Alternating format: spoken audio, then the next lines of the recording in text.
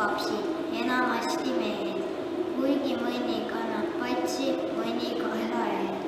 Isadepäev käes nüüd ongi, mehe poja püha, lillepoodi vaid ongi, roosapapsi taha.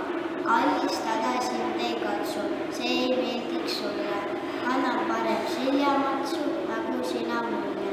Annaksin, kui mul vaid oleks sulle vaba aega, et sa hilja töölt ei tuleks, tere ja head aega. Selle salmi minult said ja siiru-viirulise limusiini võtmuhoidja, autost asja.